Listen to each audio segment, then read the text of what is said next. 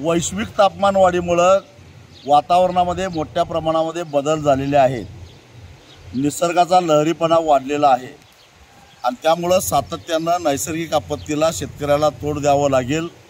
त्याची मानसिकता तयार ठेवा, सरकारवर अवलंबून राहू नका, असा मानभावी सल्ला पाशा पटेल यांनी दिलेला आहे। वास्तविक पाहता पाशा पटेल या शरद जोशींच्या विद्यापीठामध्ये तयार झालेले शेतकरी नेते आहेत। असं असताना त्यांचं हे वक्तव्य अत्यंत दुर्दैवी आहे। शरद जोशी सांगायचे की शेतकऱ्याला मदत करायची आवश्यकता नाही, पण शेतकऱ्यांना त्याच दारिद्र्यामध्ये खितपत पडावं म्हणून सरकार त्याच्या उरावर बसलेलं आहे, ते उठावं, शेतकरी सक्षमपणानं स्वतःचा व्यवसाय करू शकेल।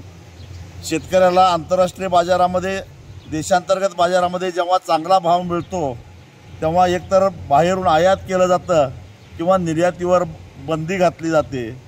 त्याचबरोबर वेगवेगळी धोरणं, कराची आकारणी, यामुळं अक्षरशः शेतकरी जर्जर झालेला आहे। व्यापाऱ्यात, उद्योगपतीमध्ये आणि शेतकऱ्यामध्ये फरक हा आहे की व्यापारी आणि उद्योगपतींना तेजी मंदीचा फायदा घेता येतो, तेजीत पैसा कमावतात, मंदीला तोंड देण्याची सक्षमता त्यांच्यामध्ये तयार होते। या उलट शेतकऱ्याचं असतं, तेजी आली की सरकार काळं मांजर आडवं यावं त्या पद्धतीने येतं। कधी निर्यात बंदी लावतं, कधी आयात करतं, कधी कर लावतं, कधी निर्यात कर लावतं। मग ते कांद्याच्या बाबतीत होतं, सोयाबीनच्या बाबतीत होतं, कापसाच्या बाबतीत होतं, साखरेच्या बाबतीत होतं, सगळ्या पिकांच्या बाबतीत हीच सरकारची बोंबाबोंब आहे।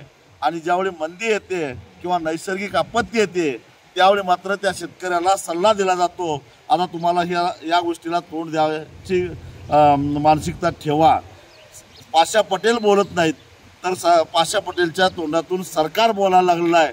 सरकारनं सांगावं की त्यांनी निर्यात बंदी का लावली, कांद्यावर का, साखरेवर निर्यात बंदी लावली का, पाम तेल आयातीवरचा आयात कर कमी केला का, अमेरिकेच्या दबावाला बळी पडून कापसावरचं आयात बंदी आणि आयात शुल्क हटवलं।